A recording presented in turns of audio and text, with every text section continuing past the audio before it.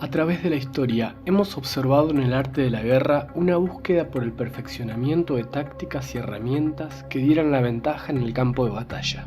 En este video, relataremos historias donde la inventiva y el ingenio de hombres han marcado el mundo antiguo, alcanzando estas crónicas el estatus de leyenda, y aún al día de hoy, por haberse perdido estos conocimientos en algún lugar del tiempo, nos parecen simplemente increíbles.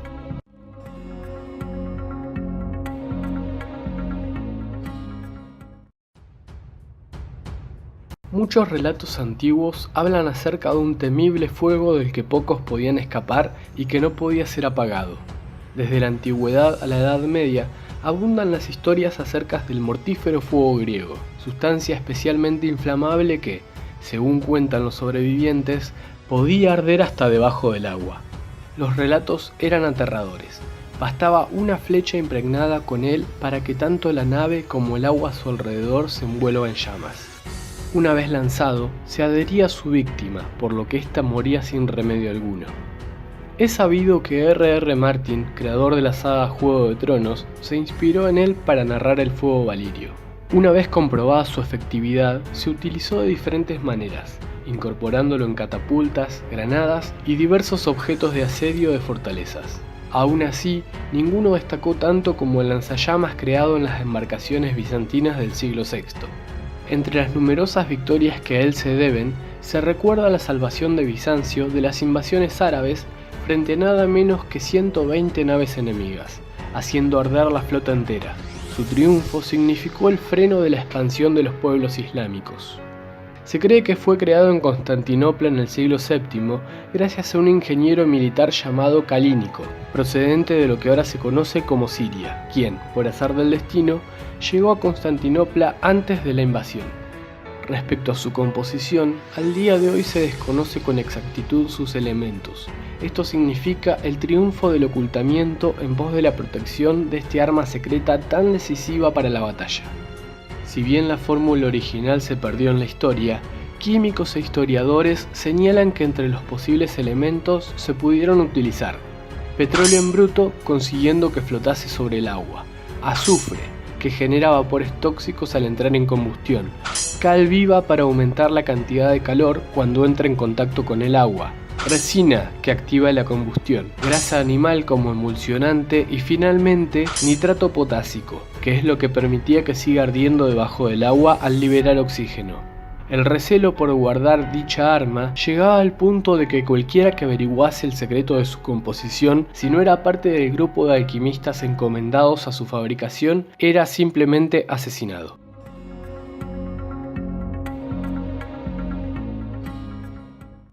¿Puede ser que baste la inventiva de un solo hombre para sembrar el terror en todo un ejército imperial? Así lo fue para Arquímedes. Cada vez que los soldados romanos veían una cuerda o una viga misteriosa, temblaban ante la idea de que fuera una mortífera arma. Y es que en verdad no era para menos. En este lugar nos vamos a ocupar de un arma que fue digna de leyendas en todo el mundo antiguo. Estamos hablando del espejo Ustorio. El comienzo de esta leyenda nos sitúa en la Segunda Guerra Púnica, pleno enfrentamiento entre las dos grandes potencias de esa época, Roma y Cartago. El cónsul del Imperio Romano, Marcelo, ordena el asalto por mar a la ciudad de Siracusa. Al llegar a la ciudad, los soldados romanos en la flota imperial quedaron atónitos.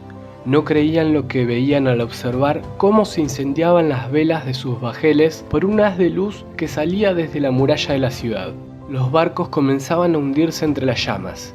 Todo se debía a una serie de espejos que reflejaban la luz del sol, concentrándola en un punto específico suficientemente potente como para encender el objeto en llamas. El daño fue tan grande que Marcelo debió cambiar la estrategia y disponer el sitio por mar y tierra de Siracusa, ya que el asalto marítimo fue un completo fracaso. Esta historia, particularmente la del espejo Ustorio, no así la del asalto, es la versión de Luciano de Somósata, escritor sirio del siglo II. Y es algo controvertida, más que nada por la ausencia de menciones a tal invención por parte de Plutarco, Plinio el Viejo o Tito Livio, miembros del club de fan de Arquímedes, y que hace extraño que no hagan mención alguna a tan impresionante hazaña. Pero alto, esto no basta para concluir la historia acá. Reconocidos científicos e historiadores se han empeñado en dar fe de la veracidad de dicha arma, y uno fue Kircher, quien fue hasta Siracusa y demostró con la ayuda de 5 espejos que se podía quemar una nave a una distancia considerable. Posteriormente, se demostró la factibilidad de un espejo austorio en numerosas oportunidades, aún en nuestros días.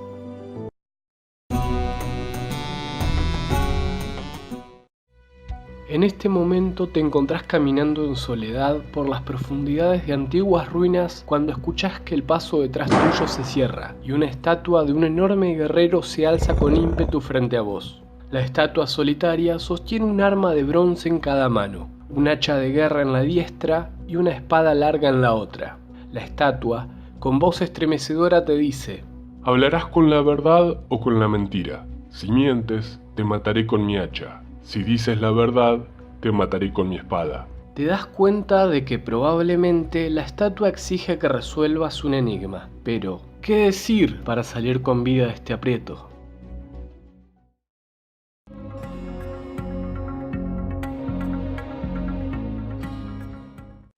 Desde que el hombre ha convertido la espada en su principal arma en combate cuerpo a cuerpo, se abocó a la búsqueda de una hoja capaz de ser más resistente, filosa y durable que las demás. Esto sería tan decisivo en combate casi como su destreza y manejo, pudiendo definir muchas veces el resultado de la batalla. Entre el siglo X y XVII, en la región de Damasco, Siria, se produjo una aleación de acero que dio como resultado una de las hojas más bellas y mortales de la historia.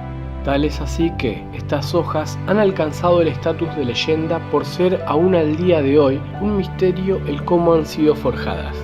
Este acero tiene la particularidad de ser duro, aunque igualmente flexible, teniendo una ventaja significativa frente a otros. Esto era demostrado cuando al chocar espadas, sean europeas o mongolas, sucumbían ante el acero damasquino. La Universidad Técnica de Múnich, Alemania, realizó un estudio exhaustivo sobre remanentes de armas con este acero, descubriendo nanotubos de carbono, entre otras nanoestructuras que al día de hoy se están utilizando en ingeniería aeroespacial. No se sabe cómo, pero la técnica con el tiempo se perdió. En ese momento era muy raro que las fórmulas y procedimientos se guardaran en registros escritos. Como tradición, la técnica se legaba de maestro a alumno generación tras generación. Tal vez, a la muerte del último maestro, no hubo quien la conservara, desapareciendo así para siempre. En la actualidad, existen universidades que afirman haber dado con una técnica que proporciona similares resultados, como la Universidad Complutense de Madrid, la cual posee una patente para la forja de este tipo de acero de ultra alto contenido de carbono.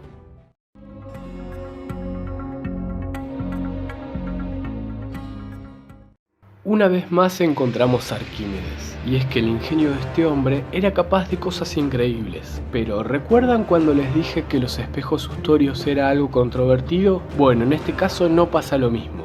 Fue durante el asalto marítimo a Siracusa cuando Arquímedes reveló un arma secreta contra los barcos que llegaban a la muralla.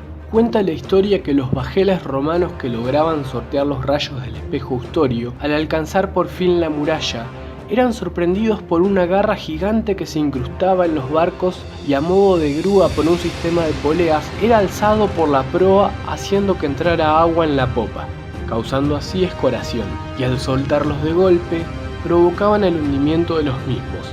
Dicha arma fue la garra de Arquímedes. Tal fue la efectividad de este arma defensiva que evitó definitivamente que los romanos tomaran la ciudad por asalto, haciendo que el severísimo Marcelo diera un paso atrás para replantear, como dijimos antes, el ataque a la ciudad.